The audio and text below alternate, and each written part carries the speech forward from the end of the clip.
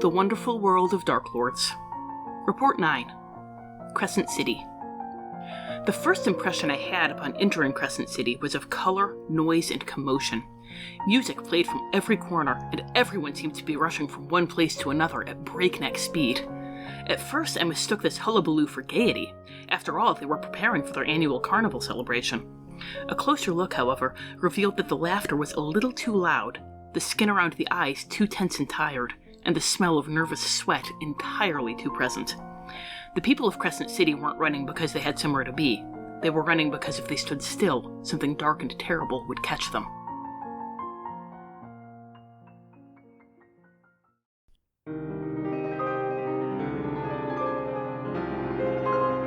The Lord.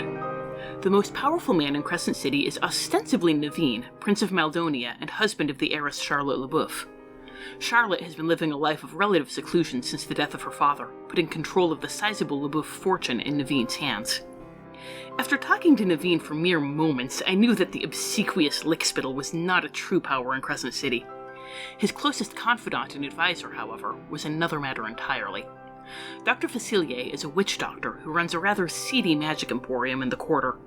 He performed magical favors for the town's more desperate residents, all for a price, of course, until his meteoric rise to power after Naveen came to town.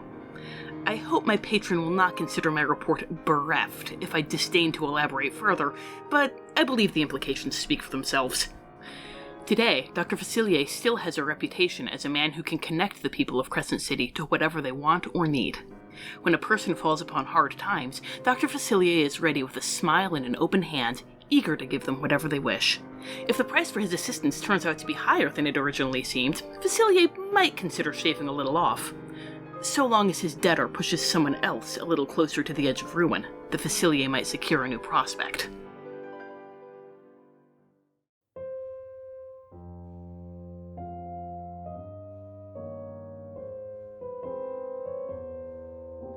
The land. Crescent City is nestled in the heart of a river delta, surrounded by miles of swamps and bayous.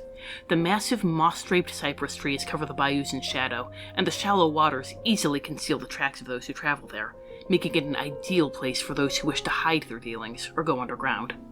The potential for criminality and dark magic is far from the only danger in the bayou, however. Massive alligators lurk beneath the murky waters, sturges swarm unwary travelers in search of blood, and assassin vines and shambling mounds hide among the mundane vegetation waiting for prey.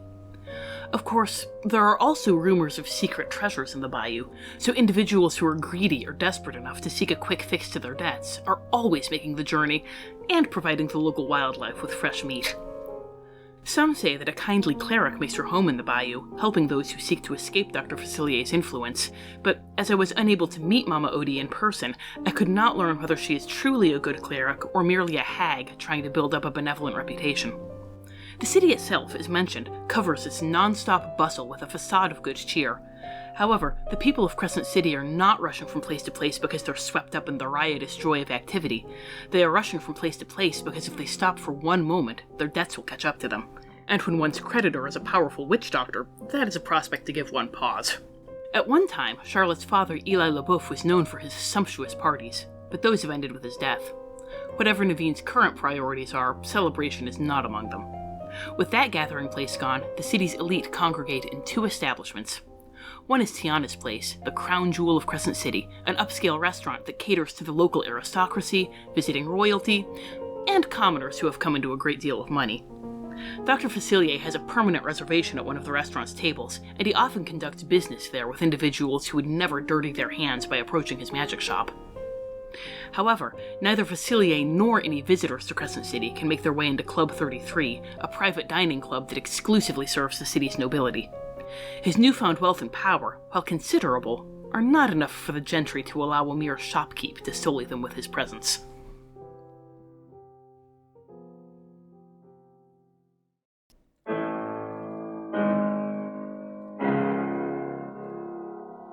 Dread possibilities. Bonjour, mademoiselle, and welcome to Dr. Facilier's Voodoo Emporium.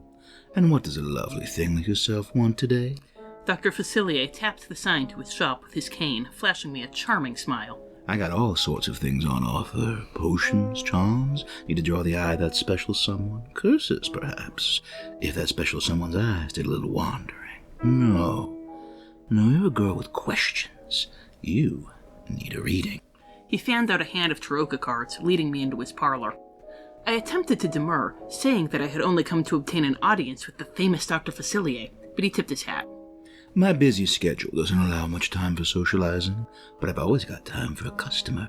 Come now, I've got all the answers you're seeking right here. Oh, no charge, Cherie. The first one's always free. Little saying we got here in Crescent City. Realizing that this was likely my only chance to get a sense of the spider at the center of Crescent City's web, I agreed. He fanned out the cards again and instructed me to choose 3, one each to represent my past, present, and future. I selected them and placed them face down, not entirely sure what to expect. Dr. Facilier's long-fingered hand turned over the first card, and I found myself looking at the 9 of Stars, the Conjurer, but not with the traditional art. This illustration showed a young man, and not just any young man. My brother, standing in front of that damned candle, and behind it, a looming silhouette that I knew all too well. Someone summoned up something bad. Not you, but someone close. Family? I had only drawn 1 card, but Facilier flicked it in his hand and fanned out 3. 3 cards. 3 sisters' shadows, all silhouetted by the black flame. Called up a whole mess of trouble, and you had to deal with it. He snapped the cards back together into one and flipped it, revealing the innocent. But this time, she was a little girl tied to a chair, wearing a ridiculous pointed hat. I knew damn well what the innocent card meant. That stupid little girl was helpless. They made you feel small. You'd do anything not to feel that way again. Anything to get enough power to make them feel small. Be the one looking down for once. I tried not to let my feelings show on my face. Combining divination and illusion is a clever trick. You must be popular at parties. Every day's a party in Crescent City, Cherie, and everyone wants what I'm selling. When Facilier flipped the second card, he began to laugh. It was the marionette, but on this card, the puppet was carved to look like a woman in a pointed hat. Thought I'd get a marker on you, but you were mortgaged to the hilt. But by who? Who's pulling your strings, I wonder? I couldn't hide my surprise this time, or my indignation. What do you mean, pulling my strings? I have a business arrangement, that's all. Of course it is, smart little thing like you. I'm sure you read the fine print. Facilier flipped the marionette card over and laughed again. The reverse side showed the Master of Stars, but he looked remarkably like my patron. That old Sartos? Gotta hand it to you. You wanted power, and you got it. You hooked yourself a whale, or is it the other way around? My patron will be unsurprised to hear that 1,000 questions came pouring out of me at that point, but Facilier dismissed them with a wave of his hand. No, if he didn't tell you, it's not my place to say. He turned over the third card to reveal the 5 of Swords, a card that represented a turning point. But there's trouble in paradise. Don't get me wrong, the Emperor can give you all the power your heart desires. He can make you so strong all the hexes and curses and sales in the world can't touch you. But there's a price. Another flip of the card, the 6 of Stars. The art showed a looming silhouette like the ones on the first card, standing over a crowd of cowering people, but this one wore a pointed hat. There's always a price. There's also a choice. A final flip of the card, revealing the 4 of Glyphs, a card representing protection of the innocent, devotion, loyalty. The woman in the pointed hat stood before a looming, skeletal figure, hands raised in defiance, and I could see familiar faces around her. A black cat, a zombie with a kind face, even some of the people I had met in my survey of these domains. Facilier tisked, flipping the card back and forth, showing these 2 possible futures. Oh, your odds don't look good, and me personally, I never play the odds. Hey, you know what they call a corpse with love, friends, family? Dead. He flipped the card face down and riffled it back into the deck. But there are other ways to power, he said, walking me to the door. You ever get tired of His Royal Highness? My friends are always looking for new blood. Come find me. Or not. Maybe this was all just a cheap parlor trick. Just a bunch of hocus pocus. I resisted the urge to slap him across the face and left him to his card tricks.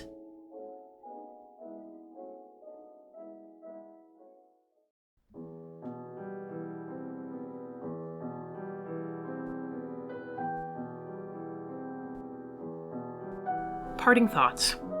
As it seems you already know everything there is to know about my past, I will speak plainly. One of us must.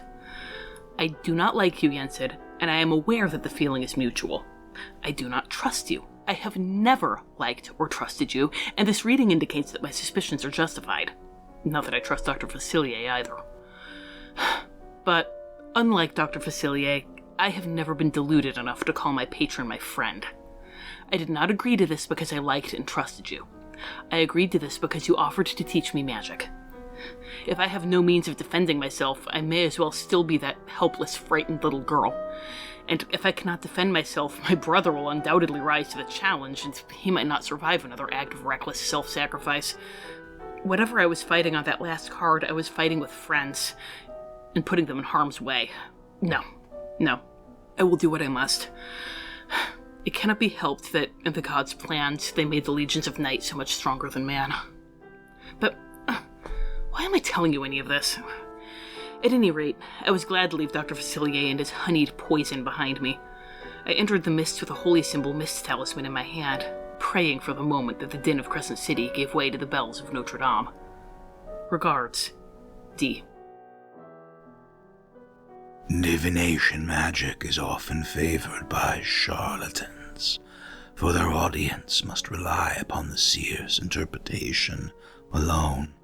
Think upon what this Dr. Facilier has shown you free of charge. He is not known for his philanthropy, so what does he have to gain from it?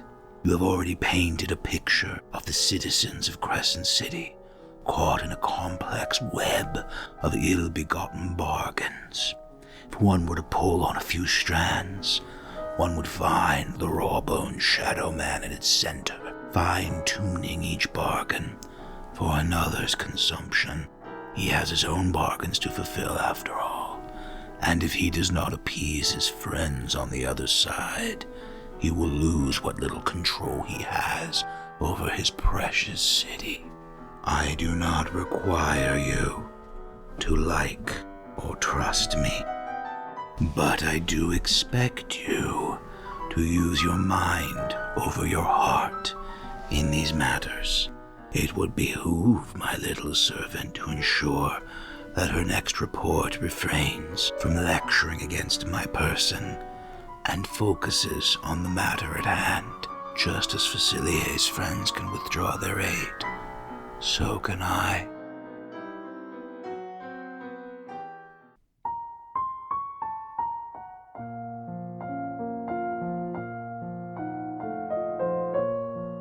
This has been The Wonderful World of Darklords. We have no affiliation with Disney or Wizards of the Coast. All music recordings used in this episode are in the public domain and were obtained through museopen.org. Titles and links are in the show notes. Dialogue for Yensid was written by Aslan Rex himself, who you can follow on Tumblr at Darklord Aslan.